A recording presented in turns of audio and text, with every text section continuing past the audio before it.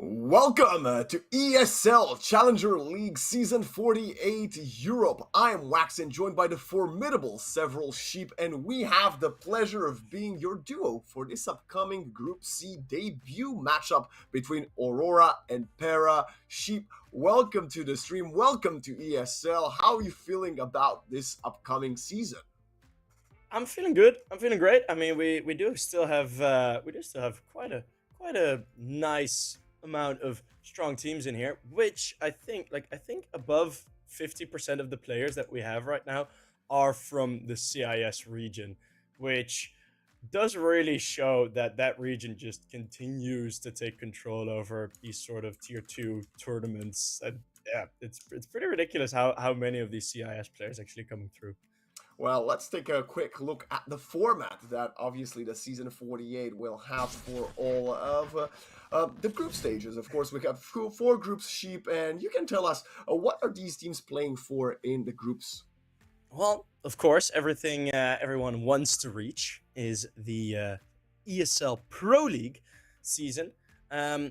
In the previous season, it was Koi and Sangal that managed to qualify. Sangal with a better record, with winning the final.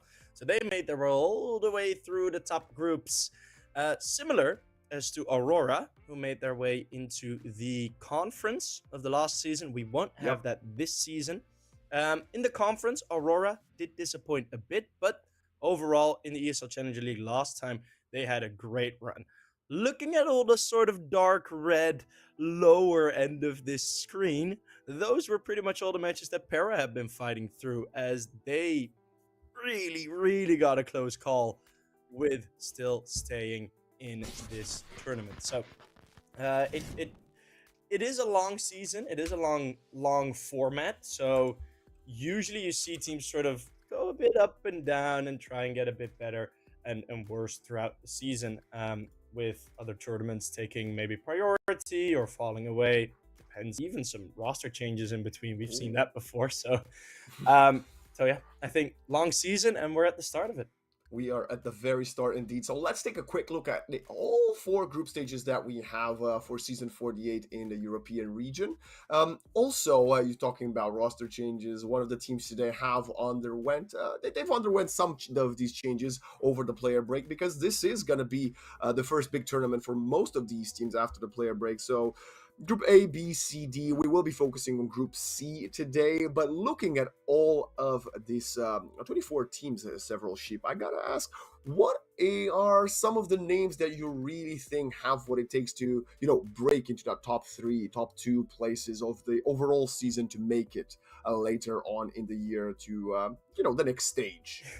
We're in the first week and we're already getting predictions ready for. Of course, look, you gotta know about the new rosters, about the new orgs. Yeah. That's early. I see TSM who've been in great shape. I think, of course, Koi and Sangal are gonna get a great attempt, or like a great opportunity again to make it towards that ESL Pro League. So yeah, there are. I mean, it's a difficult question. You're putting me on the spot here, man. it's a difficult one to really get in. Well, I'm gonna make a prediction. I'm gonna go for Koi and for Aurora to put up a good performance. And as a bit of an underdog, Eyeballers is a team that I'm actually quite intrigued to see how they will perform. But let's take a look at the two matches that we have today, because obviously we are live both here on the B stream with this matchup, but there is a bit of an action-packed one over on the A stream, Several Sheep, between Monty and Zero Tenacity. And right before we went live, you were telling me that you think that it could very well be an absolute bloodbath. Yeah, I mean, you're looking at a Z10 who have been quite in the spotlight, a bit controversial by some, but I've been casting them for the past 2 years pretty much every week, and they absolutely deserve to be here. Monty, with a bit of struggle, made some changes recently, some good changes. I do agree with. I do agree with the changes that they have gone for, but that'll be a banger. But of course, we're gonna have Aurora versus PERA up first. So yeah, I mean, we're gonna look at it. It's these are the teams: Norway, Lackey, Kenzie, Result, and Deco. Result, one of the two players that managed to stay, or sort of, yeah, quote unquote, stay in the Challenger League after Forza split up.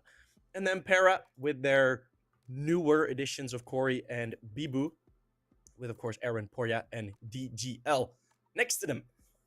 Yeah, PERA made Yeah, their way out of that tier 3, right? They're now significantly into tier 2, according to my definition of the tier.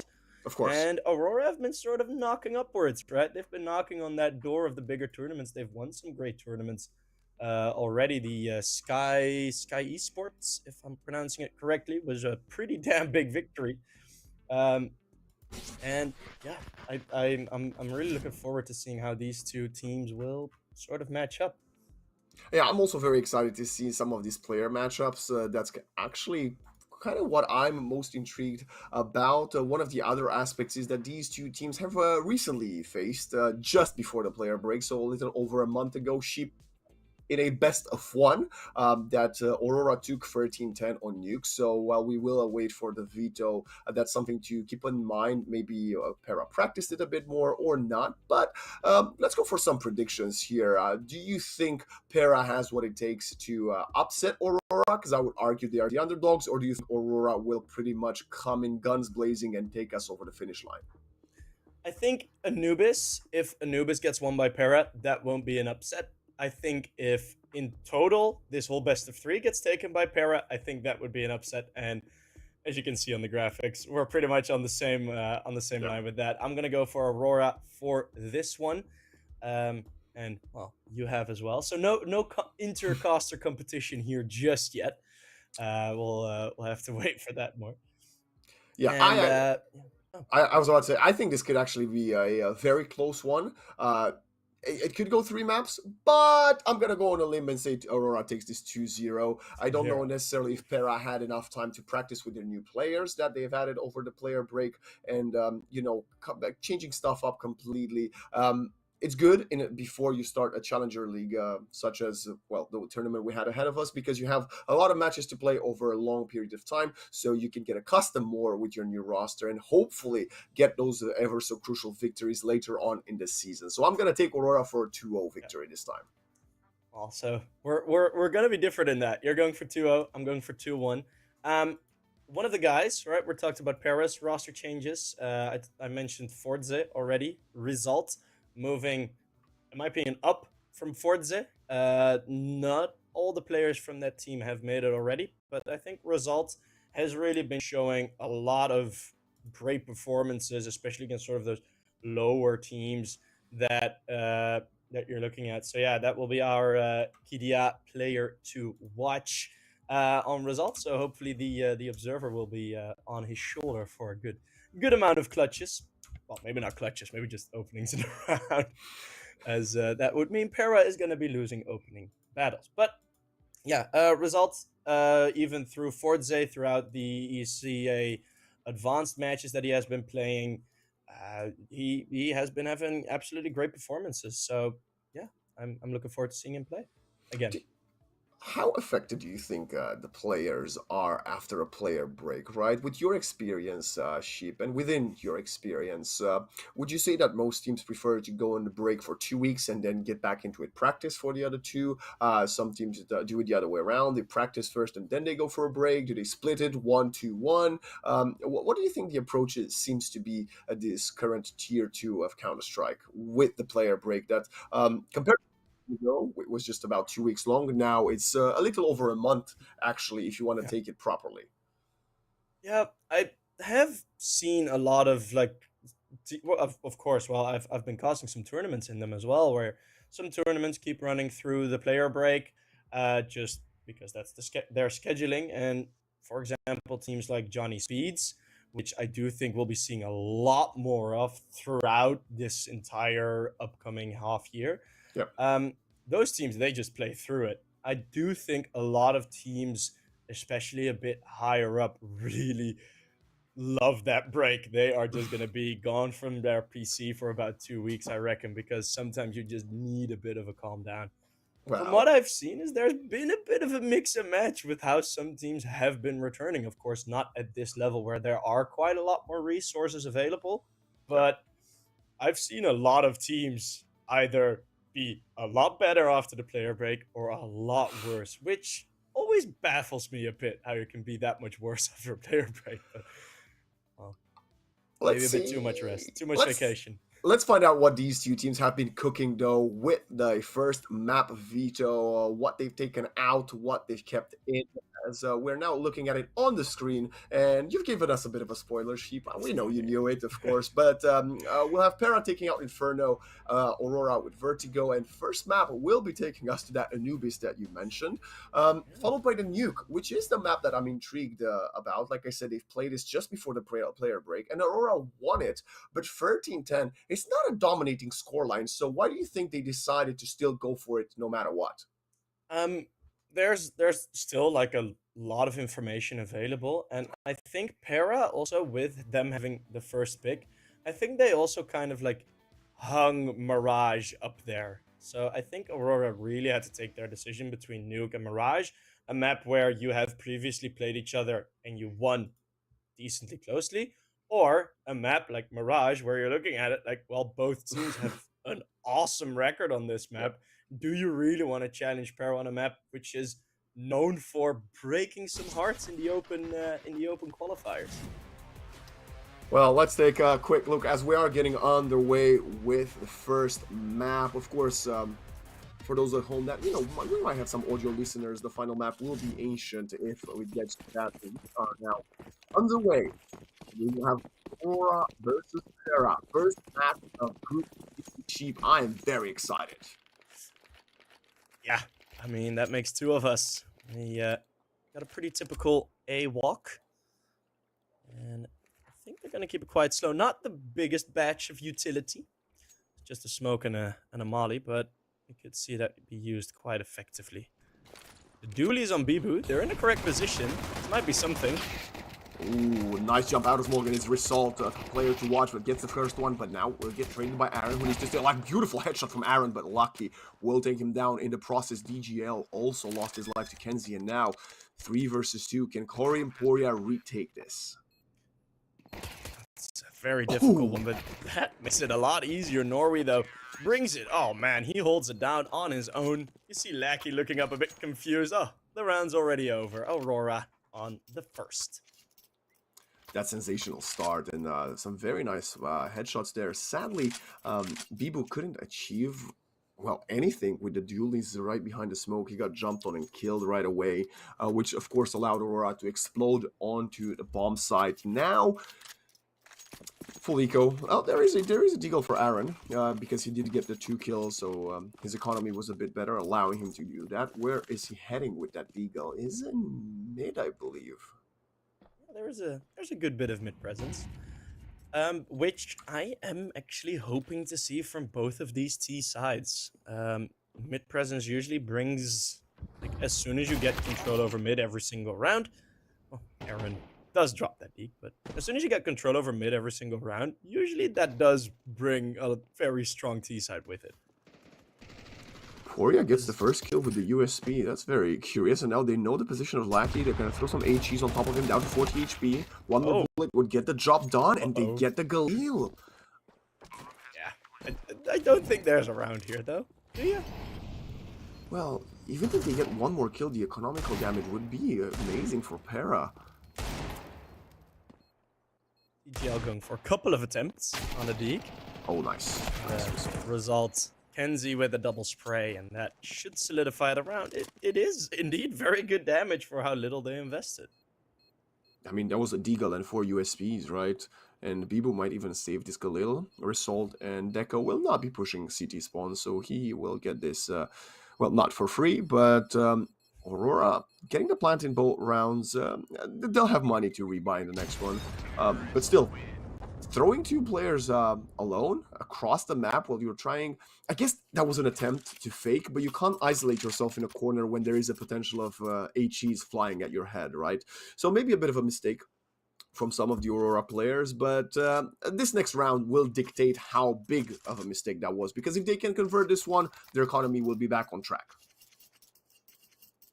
Yeah, for PERA, also a lot of pressure in this round. You're going to go down, well, at least 0-4 if you lose this one. So, just gonna be a default start from Aurora. Nothing all too fancy. I always call it the W strat, just because the players are sort of positioned in a W form on the Anubis map. It's W from Waxen, right? Yeah, also the W from winner. I know Anubis is, I think, the highest win rate T-side map in the current pool in Tier 1 Counter-Strike.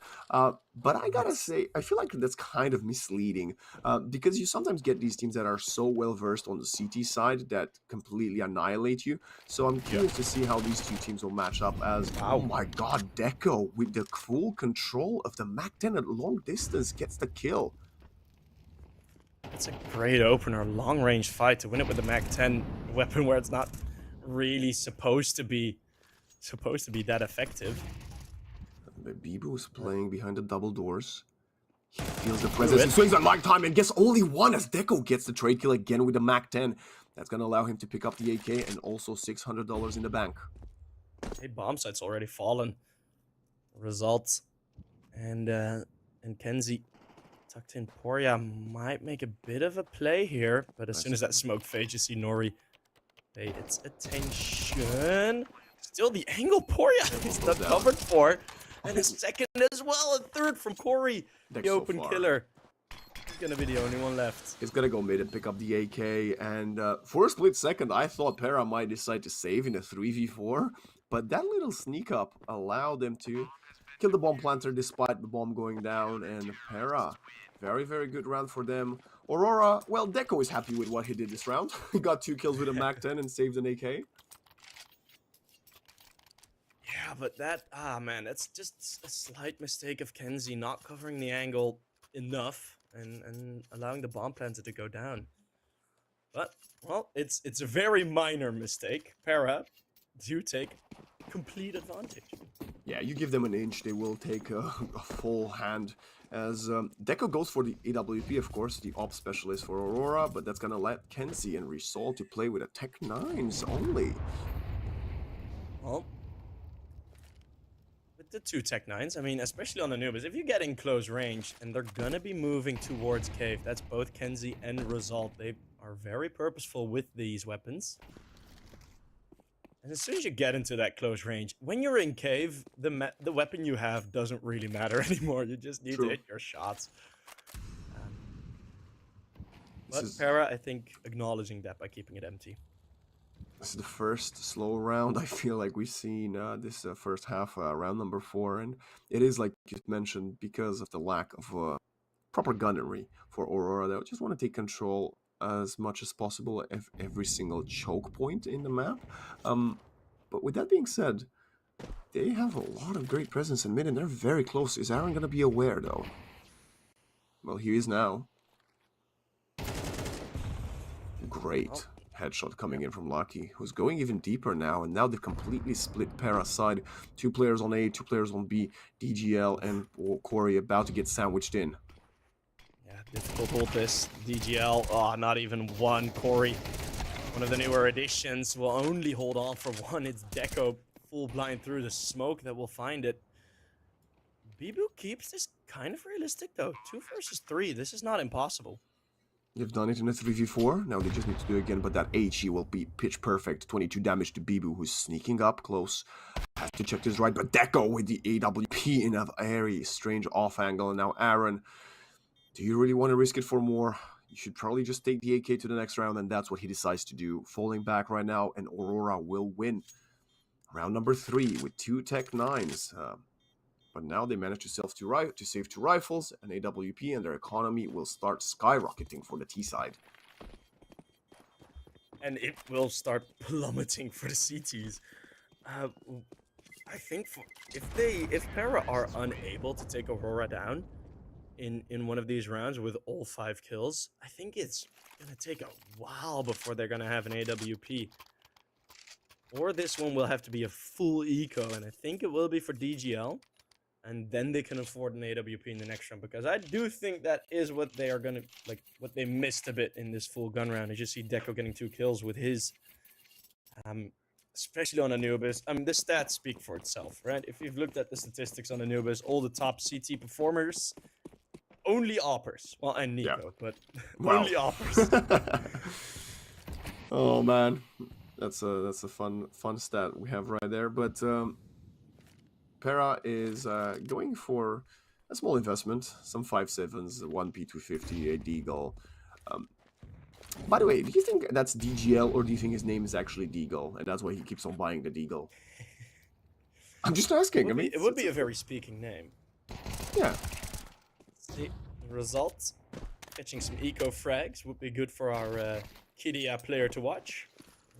Had some stats. That was a very late pop flash, by the way. The player swung, died, and then the pop flash came in. Definitely a miscommunication. But Aaron, you talked about the importance of taking control mid. He doesn't have the soul AK. He pushes up mid, catches Lucky off guard, and I think they should just give up the site and try to retrieve the guns. No? Okay. The BHP being this low sort of negates the threat. Although that's a very quick headshot with the AK. And this flank, I think, is not going to be fast enough. I think as soon as this bomb has been planted, they will be aware. But PERA's probably just going to be looking to save an AK that was somewhere left at top middle. And I think that will mean one AK saved. Yeah, dead to rights, Aaron. And well, we're on board with the PERA adventure here. Saving the AK. I don't think PERA is going to have any attempt. You could argue, right, if you're one of our lower ranked viewers, oh, just go for it. You're going to have money anyway. But no. The AK is much more valuable than an M4 will be in the next round. You know, that single click headshot is very, very valuable, especially for players that are so skilled as the ones on the PERA side. So 4-1. And so Aurora is slowly starting to snowball, but PERA needs to get the next one, because if they lose the next one, that will be another eco, and yeah, it's just not good enough from them. Even if they believe more in their T side, they should still, I think, get maybe 4 rounds would be ideal for PERA. Anything under 4 would be an absolute disaster. Yeah, I think ideal is a bit of a too positive of a word. Yeah. I think 4 is going to be the minimum that they'll need. The border Aurora have already crossed. And I'm wondering if PERA will not necessarily take the bait, but I'm wondering if they will start to play a bit more aggressive. For some teams it feels like a necessity to play aggressive on the CT sides. For others, it might not be. And I think with DGL and the AWP, I think they're going to play a bit of a default defense for one more. And if that still doesn't work, I think then we're going to see some more funky plays. As the very close from PERA. The info is at least there. This is also the first AWP we see for DGL, so let's see if he can actually get on the board, as he has yet to find any success in the first 5 rounds of this half. Not going to be a fast round for both teams again. Whole bunch of util use though. Yeah, we're pretty much still in sort of this default battle. Very straightforward Anubis thus far. Nothing too fancy. Yeah, no, the classic contest of connector is arguably probably one of the most important parts of the map. That's why we keep on seeing exchanges of mollies, HEs constantly. But Kenzie is going to give it up after throwing that molly. Going all the way back towards B. That's quite interesting. What Aurora have been doing really well is sort of conditioning that cave. Every single time there has been at least a bit of pressure within their defaults towards cave. And every single time you see PERA not be there anymore. It's such a large part of the map control that you just lose out on. Oh my goodness, this angle. It's usually a one and done. Get one, gets only. Yep, just a single one, as Deco is aware of that potential. And now Risol just walking up through main, getting the kill on Bibu. Corey and DGL will most likely have to call it save yet again for the 2 players. As Aurora, very methodical play, have found yet another successful round. Yeah, Bibu was kind of expecting that smoke on A main to be more of a wall than just a blinding factor. And I was gonna make a very annoying joke. Just do it. Just do it. Well, we still haven't seen the AWP out for PERA yet. Wow. But yeah, DGL. He also he hasn't been able to get involved. And I think that sort of loops back to what I mentioned, right? PERA, they are, right, that bridge control. Just a molly and a couple nades, a smoke, right. Bridge is all theirs. One Molotov from Kenzie was enough. Again, for like the second time already, one Molotov is enough to completely empty out Cave for the rest of the round. It also kind of And sold a bit of a fake. It forced PERA to commit yeah, to that B site and didn't allow for a fast rotate to A. And you need a fast rotate when there's so much presence in mid from the T side, right? again, the early util towards Cave. This time a bit of a deeper smoke. I'm just looking, right? In this round, yet again, we're not really looking at a typical round because there's just a couple of pistols out. And an empty A bomb site. Sort of empty. Bibu's holding the long range fight. They were hoping for a middle stack, but Bibu knows it's lost with all the util flying across his face. Result. Oh man, just walking in full blind, spraying the molly to his left. I mean, Getting some of that boomage in. Yeah, that could have worked. Sadly, nobody was there for them, of course. Deco's holding the flank. He's not going to find any action here. As I suspect, Corey and DGL will most likely do their best to save the next couple of guns. Maybe Aaron, Bibu, and Corey are going for a few exit kills. It is that Nori has already been damaged. Otherwise, this would have truly been like a full, complete unicorn round. I have a feeling Lackey is walking into his death. Yeah, well, that's Bibu taking him down. As there were 3 players on the CT edge. Results. Just trying to fight a bit more. Poyer will eventually take him down. So 3 each into round number 8. And the second AK gets retrieved as well from PERA.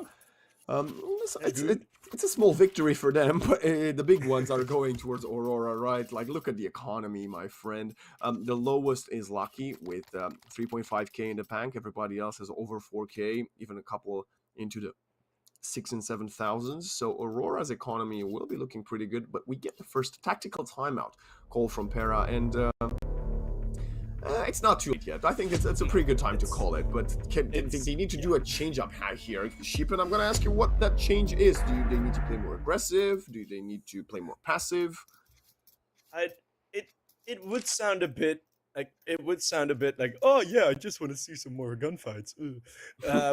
But apologies. No, it's right. I'm not just wishing them to just bum rush everything, right?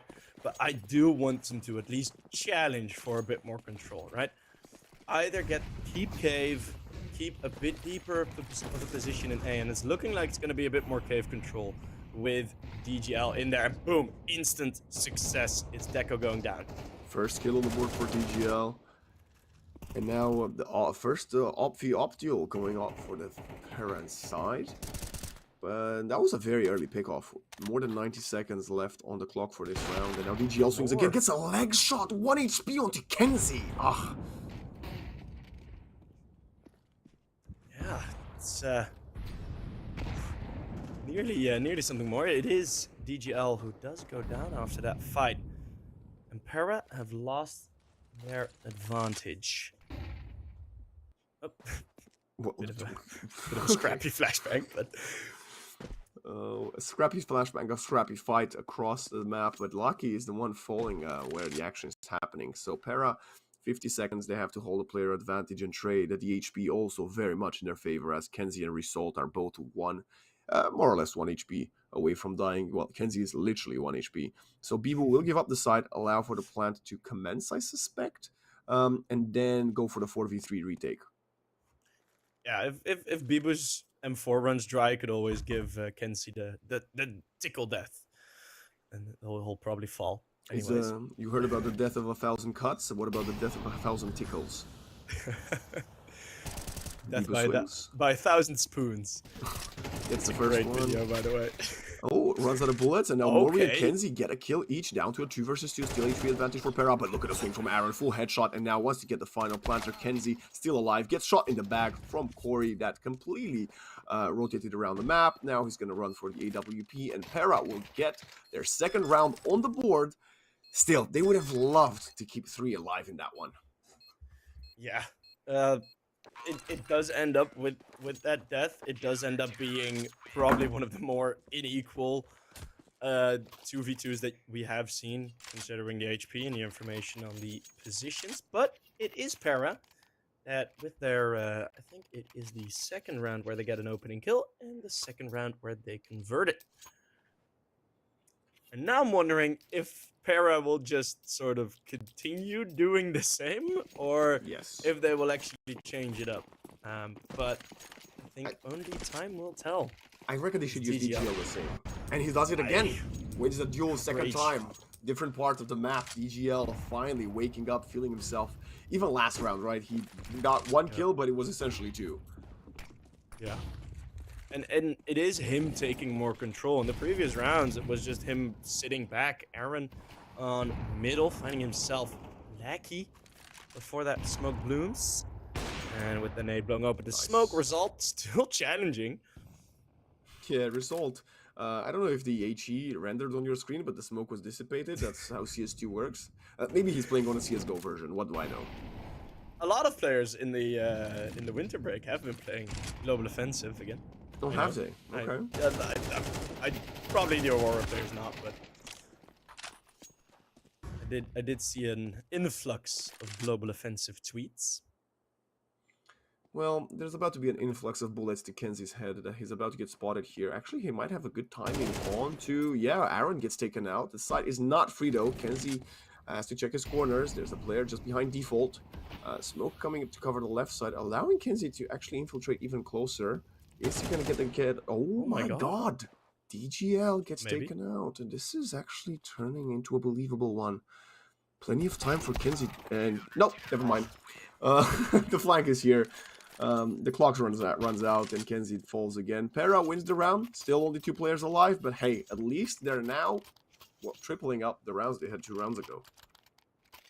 Yeah, they're getting a lot closer, and might sound, well, I don't think it'll sound too ridiculous, but a 6-6, I think even still is very much possible. The money from Aurora is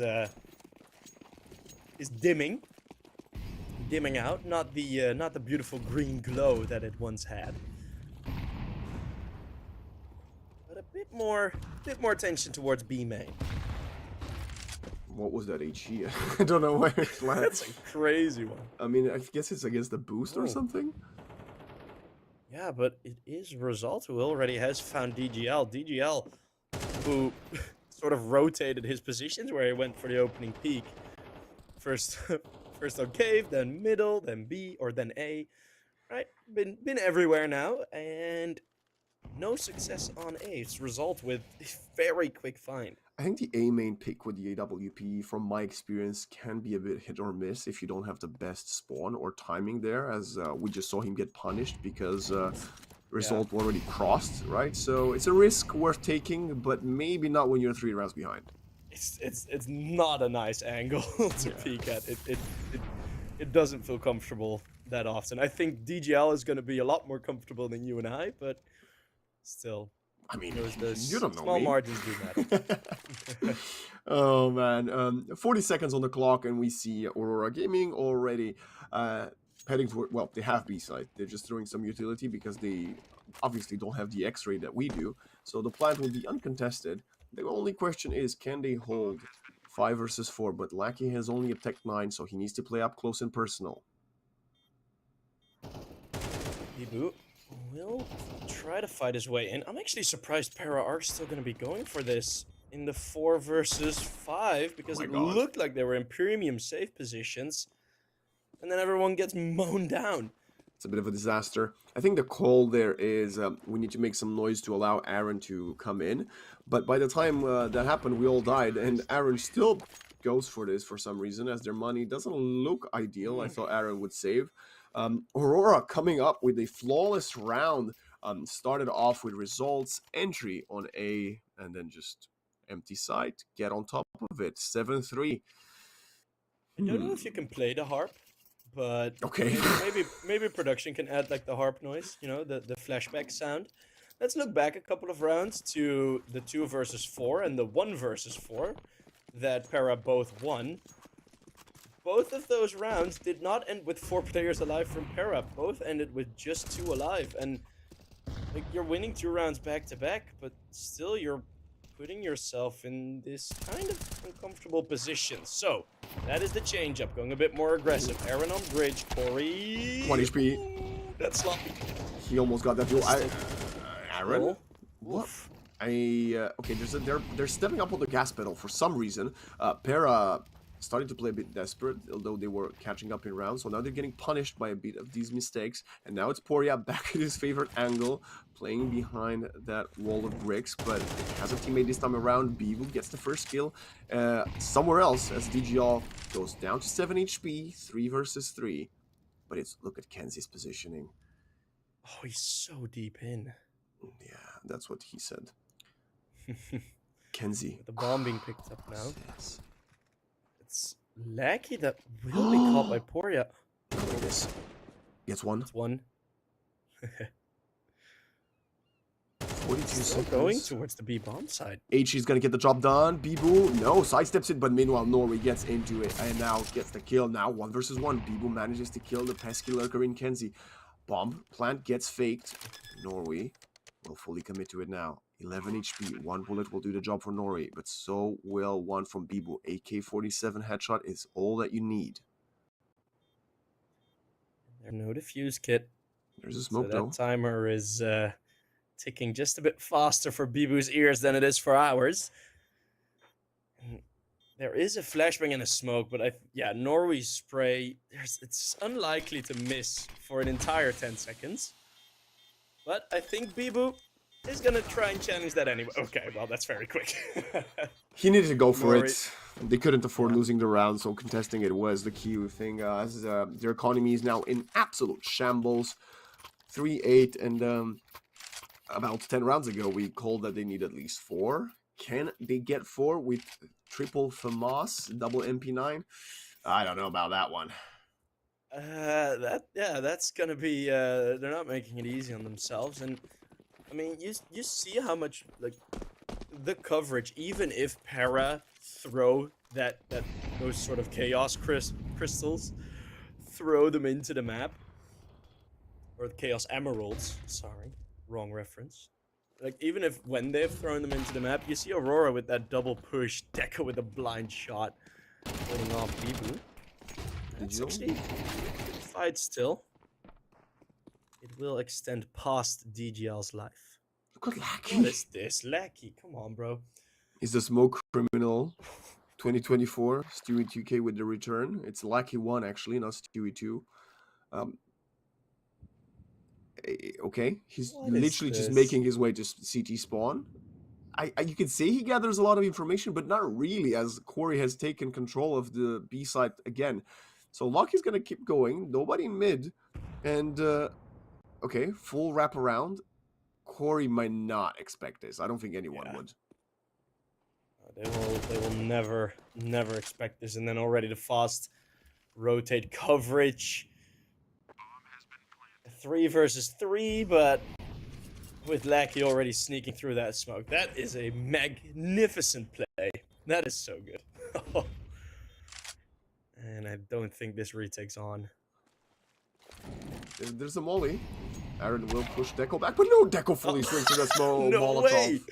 Oh, full confidence. I love that from Deco. And now PERA 1v3 with a dream. Can make it work? Gets the first one, but the second will not come to fruition. And Kenzie gets the kill. 9-3 at the half for Aurora.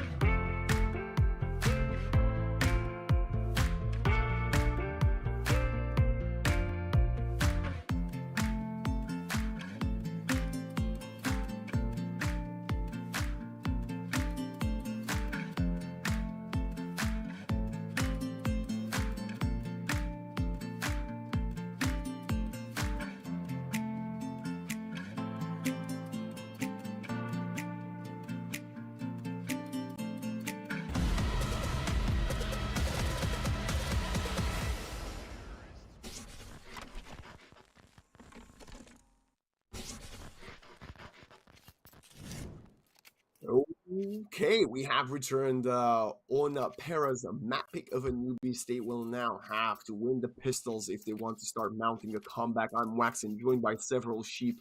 And what is this first matchup of Group C? And sheep, so far, so good for Aurora Gaming.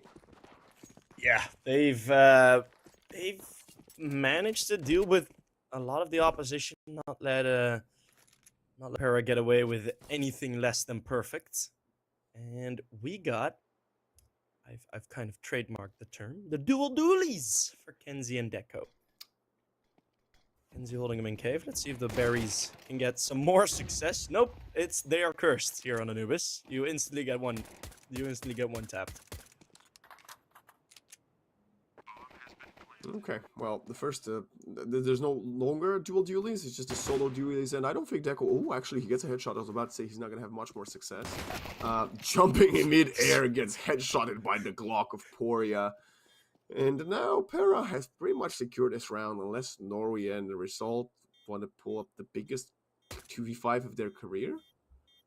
Yeah, this would be a bit too crazy to get into it. Norway really wants to guarantee. Okay, that did for a second have me scared a bit. But, well, they do what they need to do, and that is win the pistol. Now, in the lower ranks, I'm saying around position, 60 to 100 on the HLTV ranking. I'd see a bunch of force buys here on the CT side in this exact situation. Luckily, Aurora played a bit smarter. But Anubis has been one of the maps where you absolutely can find success with it. Well, I think we're at this point in the meta where a lot of teams just fully invest to AKs and Galils, so going for a force by CT doesn't really help. But look at Bibu's angle. He's about to meet 5 players. Can he get 1, 2, 3? Nope, just 1. And gets too low, but in the end they will fall as Deco gets a nice couple USP shots in. Really wants to get that AK. Yeah, he's gonna pay the price with his life. And now Norway will most likely die to a Mac 10. But they're not going to be able to retrieve both AKs. Oh, yeah, they did. No, they hit 3 AKs and 2 Mac 10s, right? No? No, other way around. Nice. Two AKs. They were quite conservative, which does work out pretty nicely for them in the end. And with 2 kills coming through, I mean, it's at least a bit of a decent amount of money. Only Lackey not with head armor. So if Bibu and Lackey meet, Lackey will be unlucky in that, but I think he'll manage. Of course, they're gonna send him in as the spearhead. As they should. Yeah. Wondering if they'll just wait for this smoke to fade. Usually you see teams at least cover a bit more of the map before they go for such a play, unless they really want to go fast.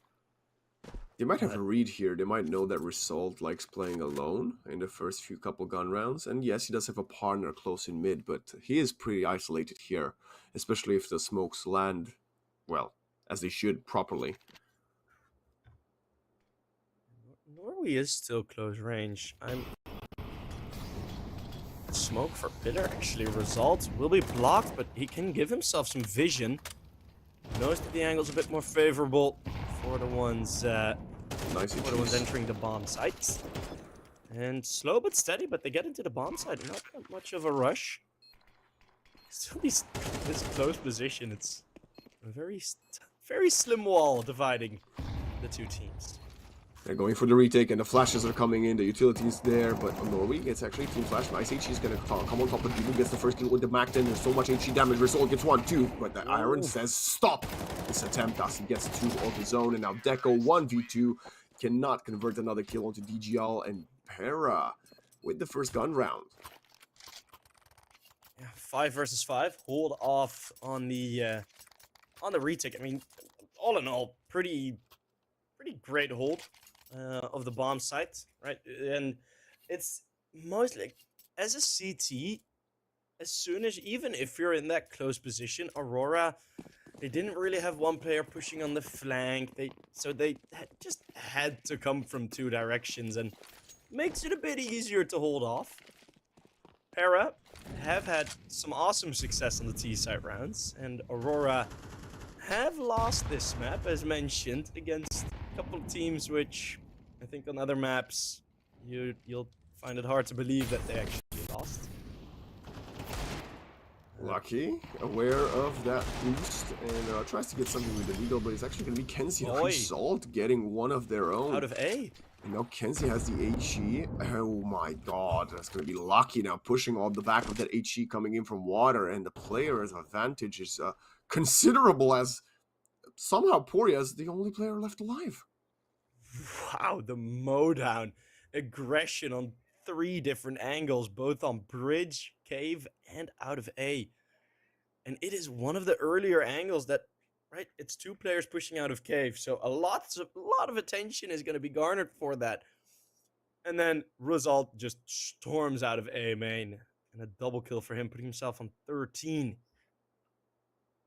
in the lead. PERA on his own, and I think it's more of the Halo game here. Objective, survive. I think you can go for a clutch here. Ooh. We'll get punished with the white. Kills are not going in the favor of Aurora. Like you mentioned, there's not enough to actually convert this, but getting 2 kills now makes him believe, and has the ball, rushes it, knife in hand. Result will get the kill. PERA really was hoping he could get a plant there, maybe for a bit of extra cheddar cheese for his side, but still, winning the first gun round and then losing versus what was an essential eco, MP9s and Deagles, it's going to be very tragic for their economy if the rest of the half. That's a tough pill to swallow, and you see PERA taking the time out to at least get a bit of water with that to flush the loss down. And also, like we had PERA go aggressive a couple of rounds and not really finding success. Aurora, not even on a full buy, on just a couple of pistols, they managed to already time it so much better and spread the aggression out so much better that it's instantly a round win on their CT side. I was really expecting PERA to just close the gap, and we're more or less looking at a 9-9 game, but that's not the case. Run boost. Look at that running boost. That was beautiful until Deco said, I don't want to see any of your flashy things, boys. I'm going to show you. You know, slow and steady wins the race, so you might be fast, you might be flying, but I am the superhero here. Nope, okay. Lucky, why? I don't know why he wanted to take that fight. Oh, another sick flashbang.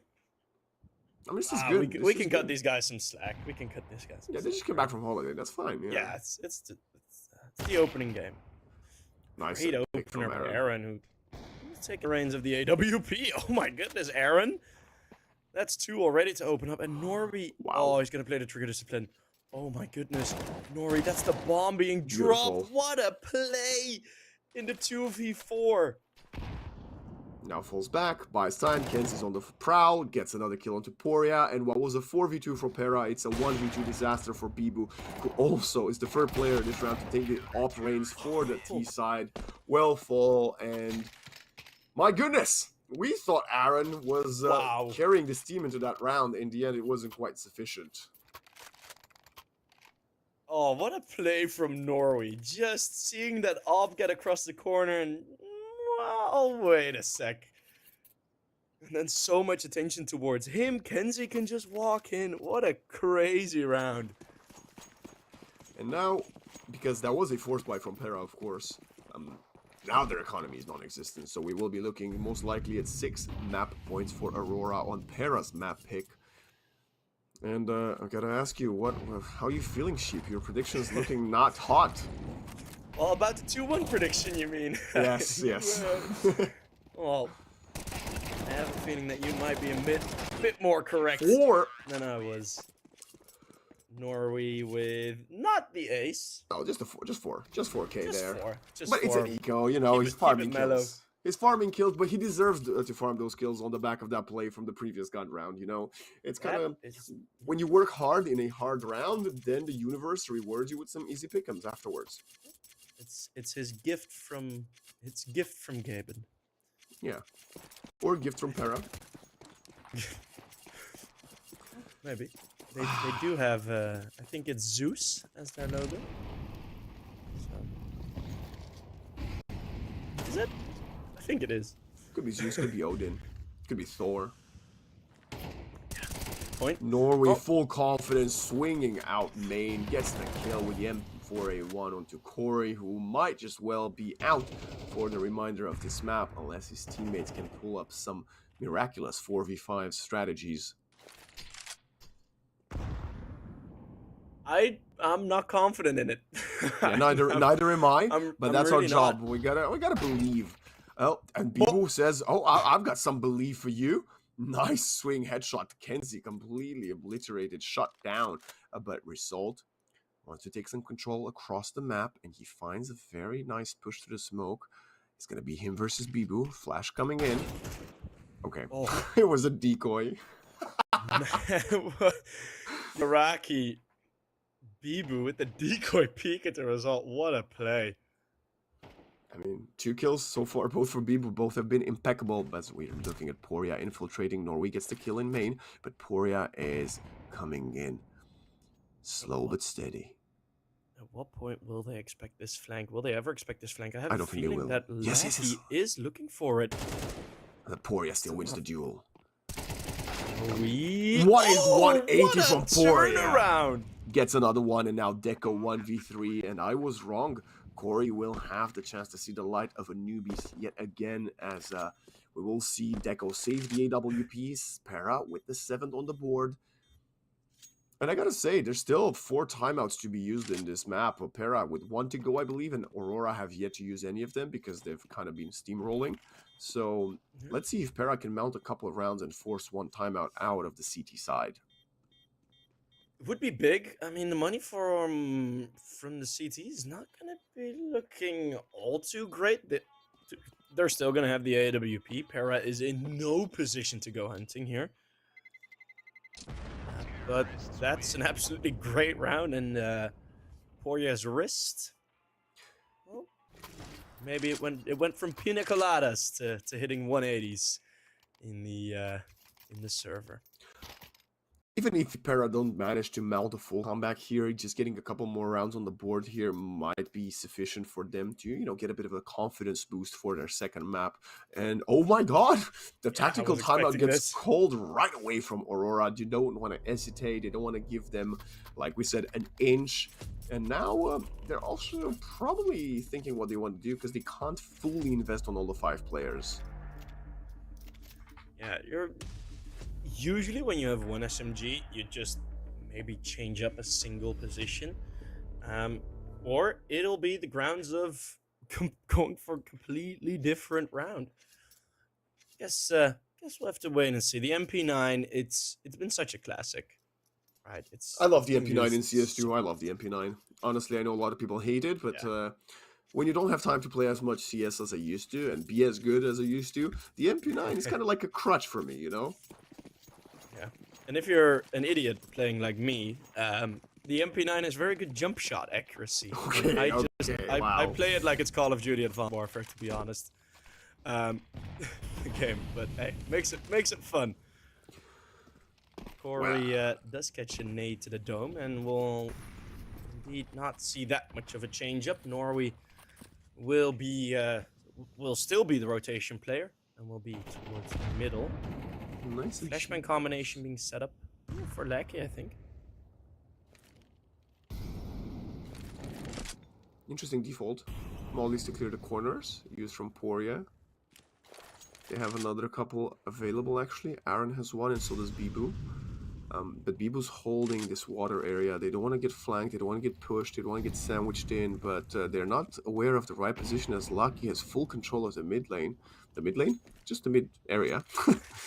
And now, oh, Deco. Did he spot Poria's head above the smoke? I don't think he has. No, I don't think so, but the read has been pretty good from Aurora. This decision to completely abandon middle would work out if not for Corey just mowing down My god! 3. As that's Corey. You mentioned his wishes to see another round. Well, he's not taking it for granted. That is 2, 3 actually amazing entry frag kills. That's a round on his own. Lucky, good control of the movement, but 9 HP. Okay, still gets another kill, and now we'll trade it for the AK. He should have never gotten that kill there. Bibu maybe not expecting the confident swing there. It's gonna still allow PERA get their 8th round on the board, reducing the 6 map deficit, map point deficit to only 4, as their economy will be looking better and better.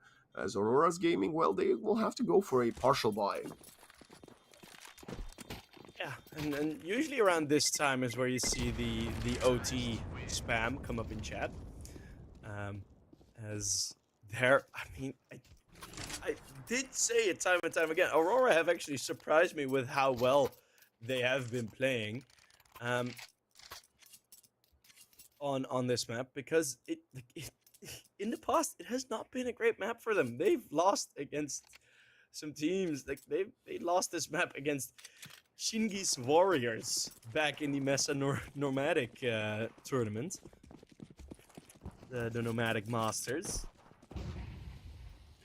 And, yeah, I mean, they lost against Sungal pretty devastatingly. There have been some wins, but it's not been too great. And DGL this time with a good opener. Yeah, DGL's been rather quiet this game, but getting a couple kills here versus the Eco might actually help him with his confidence for the coming rounds, as Lucky's 1v5, gets a kill on Corey, and again, it's a game of cat and mouse. Can Lucky save the AK yet again? Shadow spotted. Boy, that's a bit unfortunate for Lucky. Would have done him well to at least take down Aaron, but PERA, they are on a hot streak. Timeout, maybe from Aurora? I reckon you gotta call it. If not now, you lose 2 more rounds, you're down to 12-11. The momentum's completely shifting, so they will opt against calling for the second timeout right now. They have a full 5 rifles, no AWP for them this time around, despite the fact that Deco has had quite good success with the big green. Look at the approach from PERA, actually kind of completely towards B, abandoning A main fully to start off this round. it does limit you quite a lot, not having the AWP. It just chokes you out a bit in the positions. I mean, some like it, but usually playing on the CT side of Anubis, you don't. Kenzie That's gonna one. stand at this wall. Poirier's That's already it. passed, but into the bomb side they go. Now it's going to be Result, have to come in through the water, try to catch someone by surprise. Deco's a bit scared about some random bullets flying by, but Result has 1-2, but a headshot from the AK-47 is much stronger now. It's going to be a save for Aurora. PERA, ever so close to taking us to the first overtime. That angle is so nasty from Poirier, by the way, just on that staircase. Because you can spot the knee quite early, but that means absolutely nothing, as that knee will just look a bit bent and weird, and it's gonna step away and into frame. It's makes you dizzy. Still, I think we still do have like the Michael Jackson peaks. Yeah, of course. Michael will forever be with us. Oh wow, let's not do that again. Okay, do you think we're gonna see Lucky and Deco in the same side together, or do you gonna go for a full 5-player stack and trying to pick off the damage dealt by the pistols with the M4s? Yeah, mate. I think just having them spread out both, I think their individual performances have been more than good enough that you can rely on a trade. So it's going to be both in middle and on the B bomb side, or on A and on B. And there's actually a Fesh out on B. I'm looking at it on the mini map. Now we're looking at it on the full screen. It's Norway, at least, with one trade. Okay. With an easy... He gets out. Easy. Yep. That's the escape. He gets the M4. Not bad. Not bad for Aurora. Kenzie will have to instantly stop the smoke, but look at Result. Playing close with the 5-7. Nice pop flash. Can he get the kill? He finishes DGL. And nice headshot for the second. Going for the third. And it's going to be Deco from the behind with M4A1. And now Aaron, 1v4 for PERA. Wants to keep his team into this map, number 1 that they've picked. Can he make anything happen? It's a long way off from the bomb. It's a long way off from the 4 opponents that want to put an end to their streak. And it's always the force buy rounds in these types of situations, right? You're on map point for a while. There's a bit of a comeback. Well, the 5-7s, they do it. It is Result with a beautiful double kill on the 5-7. Aurora will take 13-10 on map number 1 of the map pick of PERA, and we'll head into Nuke with this one in the bag. 13-10, it was a month ago on Nuke as well. Sheep, similar score on Anubis, and now Aurora will be heading to their map pick. I assume they will be starting on the T side of Nuke, so hopefully PERA can keep on mounting that momentum that they started towards the later portions of the game on the CT side of Nuke. But let's take a quick look at results, stats, for that game number 1. Kidia players to watch, 79 ADR, 107 KDR, but 16-5 and 15. So quite a few deaths, I would say, over there. But in the end, a lot of the rounds were very impactful from him. Yeah, and while he is, of course, it's a team effort, but he is the one to hold that 5-7 to take those 2 kills over there towards A main. Result, pretty solid. I think everyone has had impact. I think the MVP for Aurora this map should and will be Norway, as he had so many banging plays, was a rock on that B bomb side, and managed to win a very important 2 versus 4.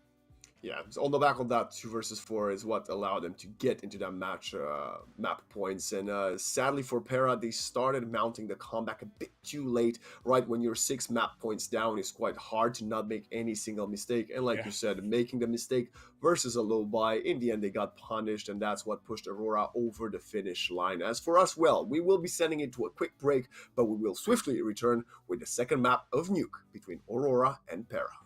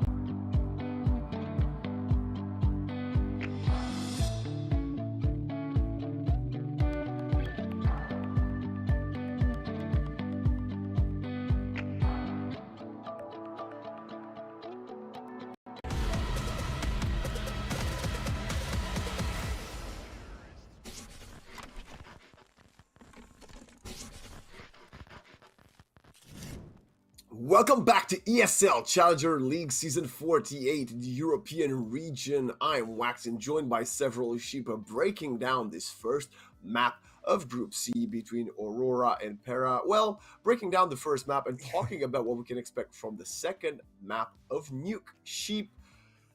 Yeah, PERA's with the back against the wall. What can they do now?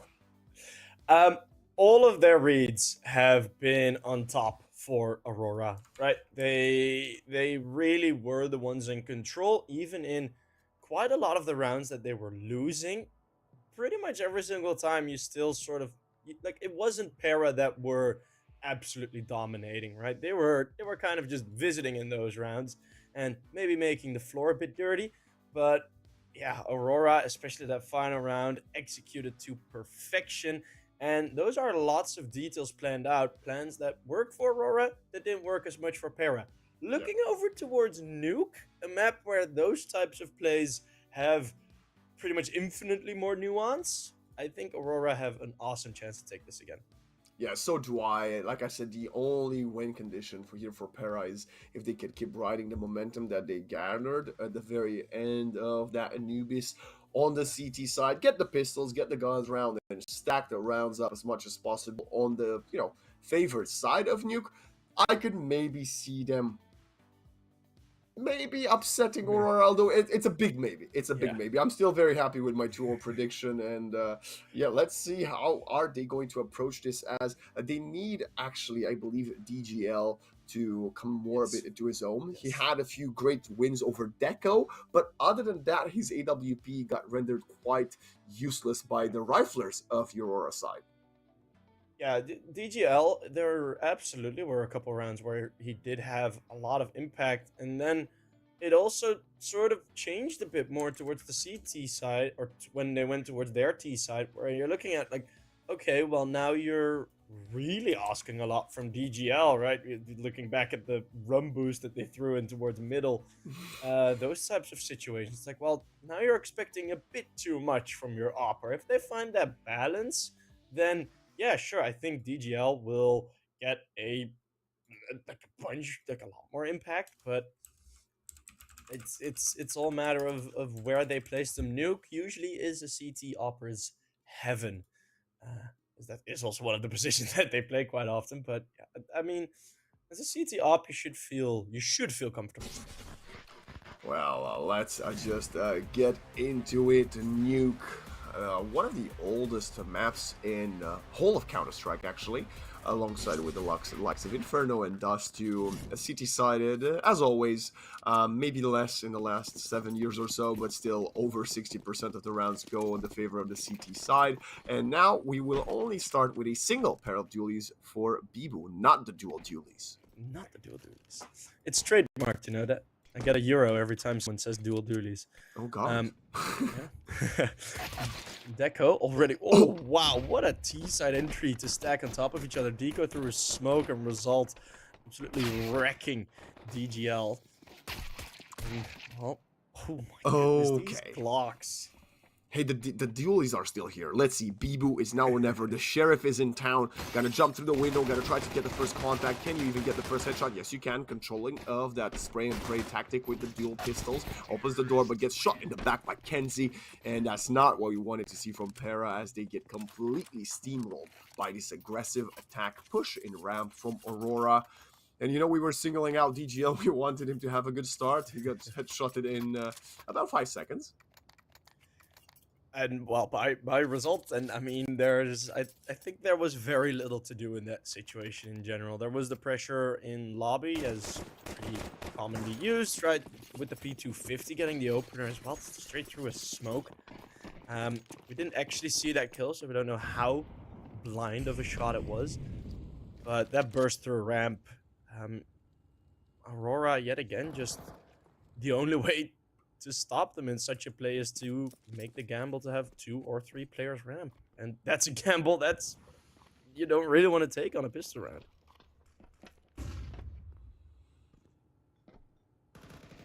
Good patience. Deco's gonna wait for the boost to come down, but he gets headshotted by the USB. Okay, that's Poria with some heavenly shots in ramp, and now Corey will eat a couple of HEs in heaven, down to 1 HP. was a single nade, by the way. Wow. That took Corey down to 1. Maybe DGL can get some money with the Mac 10.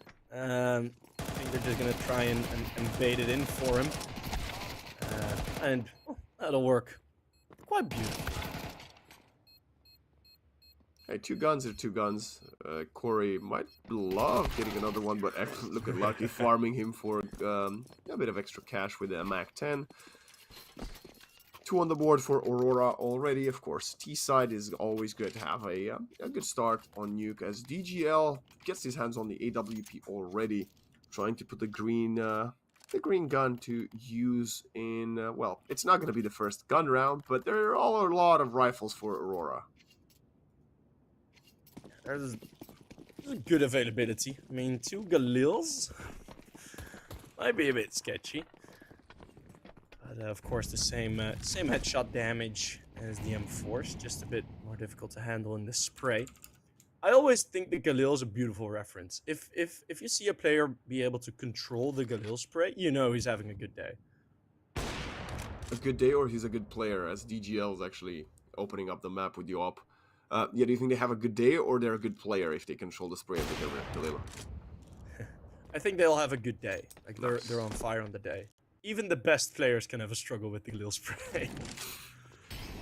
Kenzie somehow finds a pick-off very deep, actually, just outside of fence in B lower, which is quite surprising that Result got caught by surprise there.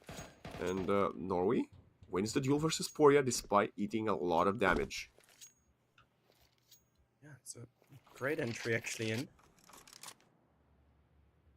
Just a clean one-on-one fight as well. Not the best coverage on outside, and Aurora are counting on no reactions of PERA over towards this position. That'll be quite correct. 45 seconds though. Might be a bit sketchy, but no one from PERA is making their way down to the bottom bomb site. The Opper of DGL, he's going to be the closest, but also he's pushing away from that perimeter. I think that this will most likely just be a very easy Aurora round. I don't see anything else than saving here. Yeah, the B bomb site is fully empty. As DGL gets a kill in ramp on the flank. Actually, fakes being aggressive for a split second, will need to wait for his teammates. The bomb does go down with 2 seconds left on the clock. Aaron and Corey, they seem to want to contest, maybe? Okay, 3v3. Kenzie's low HP. Well, they are going to go for this. Let's see, Corey, 0 kills as of yet, but he is going to be the first member in. Wallbang, not connecting, a bit too eager, maybe. Now his M4 is empty, got to do it with the pistol. Oh, what a headshot! Step from Corey. And all of a sudden, Lack is going to be on his own, but the defense, it's on his side. There's no defuse kit with 1 more kill and a missed shot.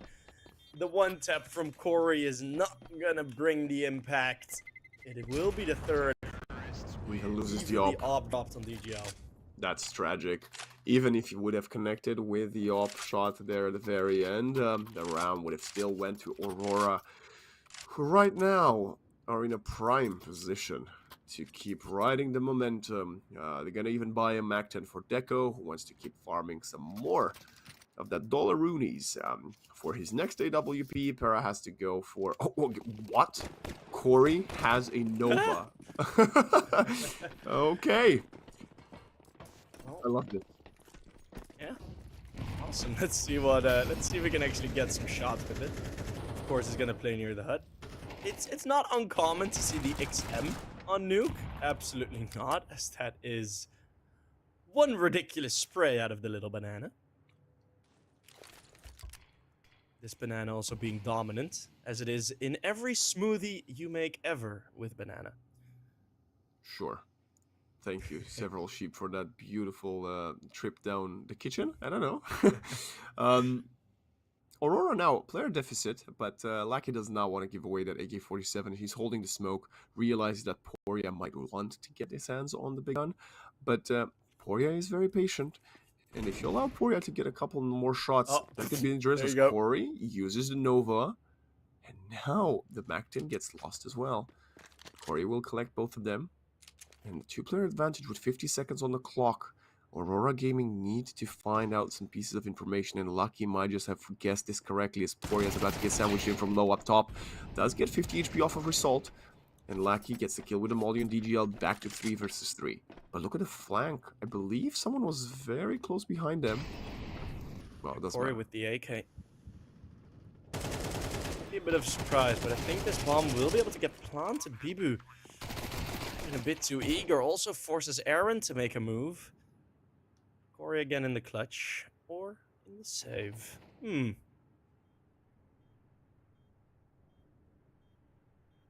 Still a good round for PERA. Managing to pick up the AK, even if Corey will save it, that would be great. One more kill would actually make it phenomenal for him, and he has a very interesting position here. Nobody's gonna expect it. Gonna get the first kill. The other two players of the T side are very low. They feel they need to get the tail between their legs and go outside. I think they should both be healthy enough to survive the bomb explosion. Yep, they will. Still, despite a good round for PERA, they still lost the round, so 4-0. I mean, can we say that this is going to be the first proper gun round of the map? I guess so. Although Deco will still be the one running with a Galil, because he died with a MAC-10 in the previous round. The result doesn't want to drop an AWP just yet. But we will get DGL back on the big green. Hopefully he can get more than a kill in this upcoming round if he wants to open up the map for his squad. DGL with the AWP. Okay, that might be nullified with a fast A rush like this. Corey is able to hold down one nicely. Is Lucky again fighting back. Pure chaos all around, but it's Aaron that will end it as quickly as it started. Well, that's the shortest round we've seen yet. That round finished at 1:37. That is incredible. And luckily, if you're a PERA fan, they are the ones to come out victorious in that one, even salvaging the AWP. But speaking of AWP, now Deco will have one for himself as well. 1-4 for Deco. Would you say that 6 rounds on T side of Nuke is way too much? I do think you can still deal with a 7-5 as a CT, but you're not making it easy for yourself. And I think Aurora Gaming, I don't think it would have mattered which map we'd play now. I think the veto, of course, it has its impact, but Aurora, they are just in non-map specific ways, they are just better at this point. Interesting blows through the smoke being traded there in the end. Aaron is at the receiving end of a Galil headshot, so he's taken out, and now Bibu and DGL have to look outside, but a player has crossed. DGL, he's not gonna be, he thinks like someone's behind, but Kenzie is actually gonna shoot first, and Lucky will get a kill instead. But now, look at that position, up in heaven. How did he make it that far? It's gonna be Poria surfing down, 1v3, gets the first one. Norway down to very low HP, so Poria can make this one happen. Next time is gonna have to be important, and it's gonna be a result. Surviving it with a Galil, and all across the board, Aurora just confusing them. And I did mention it a bit in the break in between, right before we got going, right? These little rotates, right? The fact that Lucky has gotten his way into heaven already, the fact all the timings on the pushes outside, Kenzie just waiting in that smoke, not really going for much, if anything, at the start. And as soon as that fight breaks out, he uses his position to surprise a couple, and it's Aurora that will go for the timeout even. I mean, when you're riding the momentum in the way that they have, I think taking a timeout is more than acceptable, right? You realize you are in cruise control, and you don't want to start committing silly mistakes versus what you assume will be a low purchase from PERA. Because if you can get the next one on the board, you've already assured the 6 that we talk about. If you get on the T side, you pretty much guaranteed your victory on a map such as Nuke. So, you know, especially when you have a lot of young players, calming them down, talking to each other, and, you know, focusing on the rounds to come, continuing to ride the momentum that I keep hammering about on is very important. Yeah, it really is. And I mean, Aurora, they of course want to get off to a good start. top 5 in Challenger League, not too unlikely, as Nori has already taken down Pori. Corey is at the roof. Oh, what? Okay. That Corey was like very quick. Superman. It looked like he landed from somewhere else.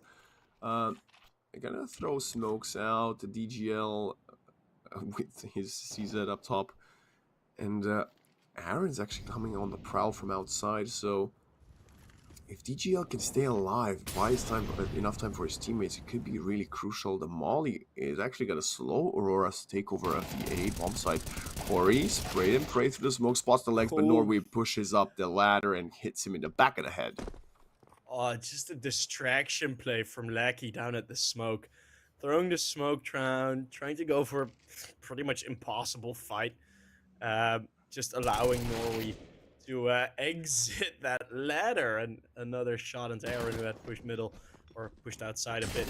DGL with a CZ would have been a highlight, would have been one of the highest lights, but it will be just a 6-1. The timeout flips the other way. Yeah, DGL, I think he just became one of my top 10 favorite players, because there's not many people that still run the CZ these days. I always love seeing that, you know, semi-automatic gun. Is it a semi-automatic? No, it's actually fully automatic, right? It's a fully automatic gun.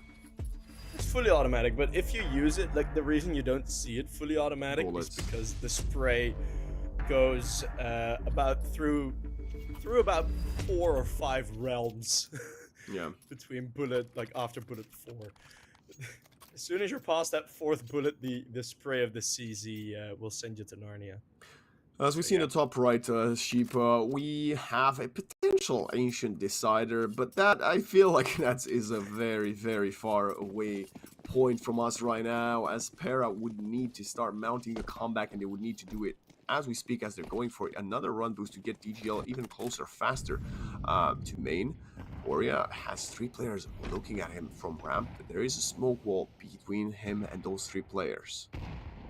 All the util denying DGL to really get anything except for just a bit of information on the opening spot. And Poria, there was an opportunity with that smoke break, but Poria just at the wrong angle, and I think it's lucky for him that he wasn't out in the open, because it was Deco holding the sideline. It wasn't an opportunity for him. No.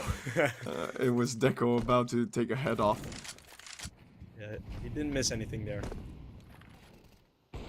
Oh, headshot through the smoke, but Deco gets the kill back onto Aaron. I thought that might have been a first somewhat decent exchange in favor of PERA, but no. Now a player down. DGL also tagged down to 70, and look at Kenzie's positioning, already infiltrating to the wall of smokes, and has a perfect position that I think he'll just hold for the remainder of that round. And PERA, they're just they're a bit scared to move. In the previous round where a situation like this occurred, there were like the rotates were just kind of failing. Not necessarily, it was just they met Aurora at every single point they wanted to move. And I think they're just going for like, okay, we're not going to take the risk of rotating. We'll draw up a plan as soon as that bomb has gone down, but you'll do that with 1 man down, 2 men down now. 15 Actually, seconds, with Corey also falling. 10, 12 seconds. They need to stay alive now, but yeah, it's really low on swinging time. from heaven. It's a 1v5, gets a single kill. DGL in the end, probably more than he could have ever hoped for. As Aurora is showing us this side of them that we haven't seen yet in this season. Of course, only a map and a half, but playing it to the very wire and very nicely, you know, taking the space of the map and suffocating PERA within a single bomb site, which is shades of like the old Navi from back in the day when Zeus used to play. Yeah. And I love seeing that from, you know, another CIS squad. Yeah, I've had a couple of conversations with some UK pros, and they said there's like a different types of plays you can call. This was absolutely a mental play, because the B bomb site was open. Like, they knew the B bomb site was empty, and yet they still decide to go for the bomb plant on A, even with that low, that low little time left. I mean, it's such an annoying play. If you're PERA, it's like, okay, 10 seconds, they'll plant the bomb, and all of a sudden, boom, they're at your doorstep on the A bomb site. The community often memes about saving strats, but I have to say, in this type of moments, yeah, this is a tournament, but it's early on in the tournament, and you have such a lead versus an opponent that you're dominating. Well, nice headshot from Aaron. Why not try some of your practice strats to see if they work in a real Yeah. life environment? And that's what we saw from Aurora, right? That's one of those set plays that you really gotta practice, and if you go for it in officials and it works, it's great. As a result, continues to even up the playing board. Once more, this double push over towards heaven. Lots of map control, lots of the strings in their hands. But with the kills, it is leaning more the way of PERA at this point, as DGL and Aaron both having picked up an AK now. PERA is still an unknown factor with his deagle. They would desperately need this round, but DGL is going to be spotted by Deco, who has the best awareness I think I've seen today. Gets the kill, bringing this one back to a 2 versus 2. Lucky has such a nice position to hold for this, but Aaron's actually not still going to get spotted, but Deco is aware, it doesn't even matter. Poria now, the last alive, 1v2, needs to find a rifle somewhere on the ground. Maybe, Lucky spots him. Oh my goodness. Deagles don't work from that angle. I think Nico proved that a couple years back. Yeah, like the deagle just receives like a nerf when you go up the ladder. Yeah, I think that's what it's it is. weird. Or is it a players that receive nerf? Maybe both. But I mean, a lot of you called like the testing out the strats. What I'm also noticing by Aurora, it's everything has a variation, and of course, every team at this level should have that. But Yep. it's very needable, right? It's a dough-like. They can make the strat whatever they want it to be. And resulting Kenzie again with the double opener. Yeah, it's a push on outside. It's 2 fronts this fight, and ends up in a 2 versus 3 advantage T side. Chaotic and Corey. Oh, he's gonna get caught out. Does get a couple of bullets in return, but it's Poria alone again. Oh yeah, Aurora. This is a showcase. Put this in a glass case. Show it off to your friends. The patience that Nori shows this round, first of all, waiting in red, and now, again, just waiting for outside for someone to maybe come in on their stale, are signs of great game sense and awareness, both from Nori this round and Deco last one. And now PERA, I gotta say, they're not even going for a timeout, Sheep. I think their mental might actually be in the bin, or they're so overconfident that they don't need a timeout and just need to find a bit of a break in this one. But 9-1, 8 rounds down when you are the CT side of Nuke, it's a complete disaster, and it's way worse than the last time these two teams faced on Nuke. But Corey will kick off with a nice entry. What a shot onto the AWPer, just running across. Yeah, if 3-9, I believe, a bit. At least in a competitive second half, but no.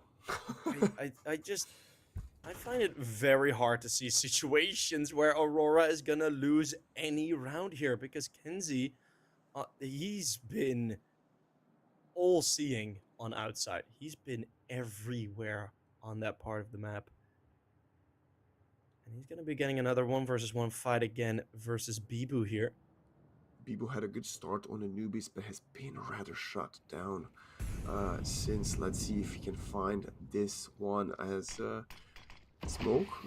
I'll actually force him out of position of main. Unless he wants to turn out and look at the door. Oh, yeah, he does want to turn around and get a headshot. Oh my god, Nori. Full confidence, swinging in. And right before kickoffing, the kickoff of Nuke, we were like, oh yeah, we want DGL to get a bit more impact. DGL has found more kills, but it's the rest of his squad actually losing a lot of the individual duels. And, you know, we talked about, it's not really about the veto, it's more about the player v player matchup. At least that's how it feels like right now. Yep. Yeah, it's a lot of these individual fights, especially on this Nuke map. Not as much on Anubis. I think on Anubis it was a bit more clean, but Aurora, they've just been so smooth on this map. Yeah, it's 2 great shots, but it's every time PERA get into a position where they do have the advantage in a gunfight, more often than not, Aurora are not alone in that position. So looking at, for example, the exit through Hut, of course, Nori finds the instant pick. But even if Nori goes down first, then still there's 2 more players behind it. Same with Bibu in the last round. You're on outside in a 1v1 with Kenzie with a bit of an advantage, but he throws that smoke, he delays, and all of a sudden you have to deal with 2 angles. That has been like Aurora's pick, like they're picking the right fights. They're playing it so well. It's actually it's awesome to see. Yeah, it's very exciting. Counter-Strike being played from them right now as they are hoping to double up their rounds, and PERA will actually get headshotted right away as soon as Resolve gets the chance to punish that aggressive attempt. And now they are taking over radio, eating the map, getting closer and closer to ramp. There is a molly stopping them for now, but there's a single player. It's, I believe that's DGL. No, it's Corey and DGL. Both of them actually with the M4A1s playing in this ramp area. Let's see if Result is going to overstep. Well, I don't really think so. And some of these plays, I mean, that Aurora push, or a PERA push, sorry, that just has the aroma of desperation hanging about. And Kenzie is just going to go for another smoke play on this outside area. Aaron has not been having a fun time dealing with this, although he does get a 1-up this time. 4 versus 4 as they enter A, and there's no internal defense.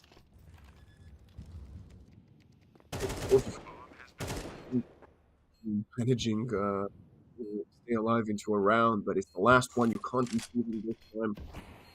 It's good if you want to farm some stats, but there's no kit, there's no smokes, a single flashbang. You'll never get through these crossfires. Aaron is going to try his hardest, but his AK nice headshot is empty. Maybe Aaron? No, it's Norway that gets the upper hand yet again for the 14th time. He takes a player down, and it's 11-1. And this lawn is getting mowed. Run.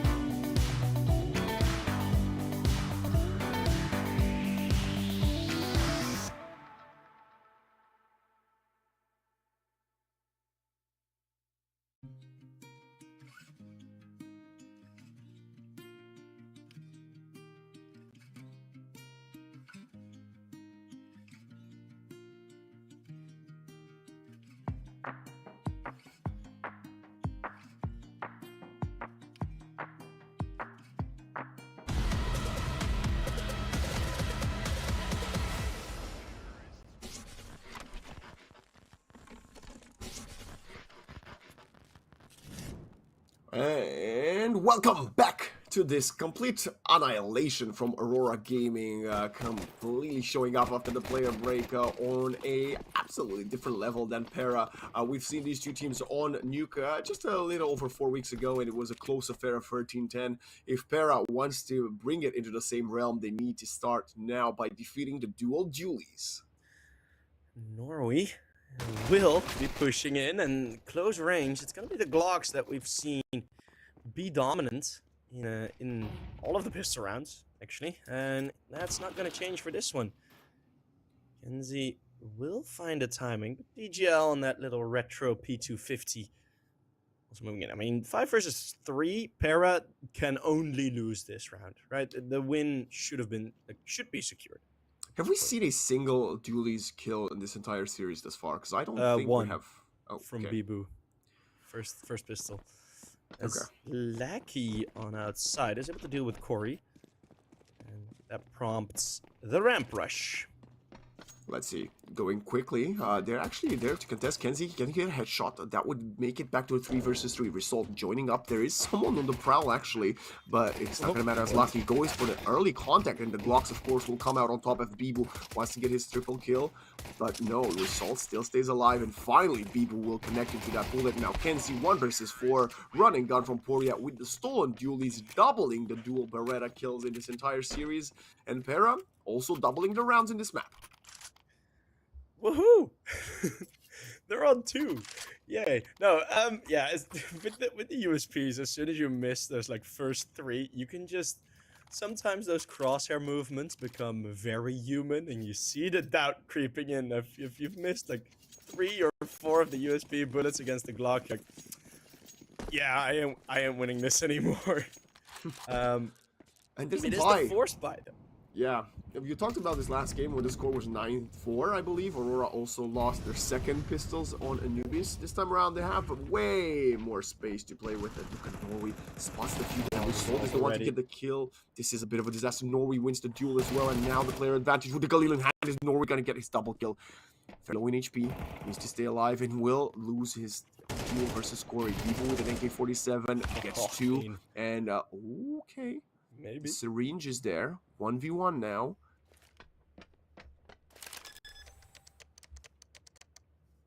Still a nade available. If Deco is able to get the 1 tag, then maybe. Deco needs to swap guns. You can't play 1v1 when you got a scout. Unless... Or can you? Okay, the zoom could have been heard there. Corey, headshot coming in from Deco, who's got to get the 12th on the board for Aurora with the force buy. And now 10 match points on the back of Deco's 1v1 perfect clutch. He can clutch with the scout. Oh, what a shot. That's just... That also shows the level of confidence, right? There was a nade. There was space to work with. There was an AK right between his toes, but he is just gonna keep that scout up, and he is gonna clutch it out. Aurora, 2 for 2 in CT force buy rounds in this entire series. That is also pretty ridiculous of a statistic with them playing this well. 3 for 3 actually. Yeah, no, they've been playing very, very well. As 10 match points now. PERA have to invest everything they have in this one. Single rifle, 4 Tech 9s. Oh yeah, it's already series point. I think we're missing out on that fact as well. Norway with another opener, 17 on his name. And with 2 players on outside, 2 players on inside, there might be an opportunity for a pinch here, although I do think the coverage from Aurora should cover this. I forgot to mention, there is a Macton or Bibu, but that's not going to allow him to do anything. Look at that positioning. It's going to be a bait as Corey swings out and gets the kill onto Kenzie. Oh, bomb! Oh no! Bomb gets dropped in mini. DGL at least equalizes a bit. It's Kenzie losing the outside fight for the first time, what feels like him forever. Still a 2 versus 2 though. Well, that fact has now changed to DGL. The Opper, we haven't seen him with the big green often in Nuke, and he does go down for a destruction of PERA 13-2. Aurora Gaming, sticking to our predictions, coming up victorious, 2-0, like I said, but I was not expecting to see such a dominant performance, especially on Nuke, right? It was the map that started on the T side. We usually see teams losing a few more maps, but it wasn't the case. They've definitely spent the player break properly, and right now, starting the Season 48 of Challenger League in top shape, looking like the team to beat potentially in this Group C.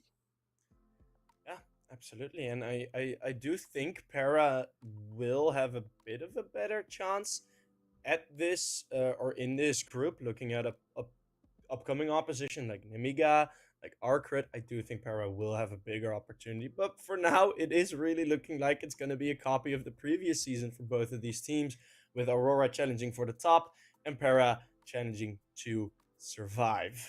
Yeah, let's take a quick look at the stats. And of course, I wouldn't read too much in the performance from PERA as we take a look at a result. Of course, our player to watch, sponsored by Kidia. 2.14 KDA, 15-5-7. A really good showing for him. But PERA, I mentioned this, they have 2 new players, right? Yeah. It's early in the season.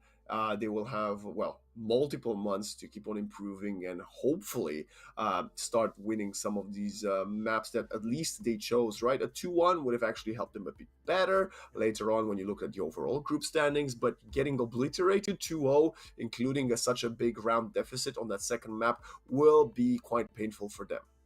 Yeah, and I think one of the final things we can take away from this map is that I think this map was more of a showcase of Aurora playing really, really good CS than necessarily more than PERA playing badly, because it wasn't as if they were making big mistakes. It was a couple of clear gunfights lost, yes, but PERA had the upper hand in every single timing play, every single funky play, and they were quite default on Anubis, but you see their comfort on Nuke. You see them wrap around towards Heaven with 2, Heaven getting wrapped 2 times, just all around. It was Aurora everywhere, all at once, and it was impossible to deal with for PERA. On 2 occasions, it was.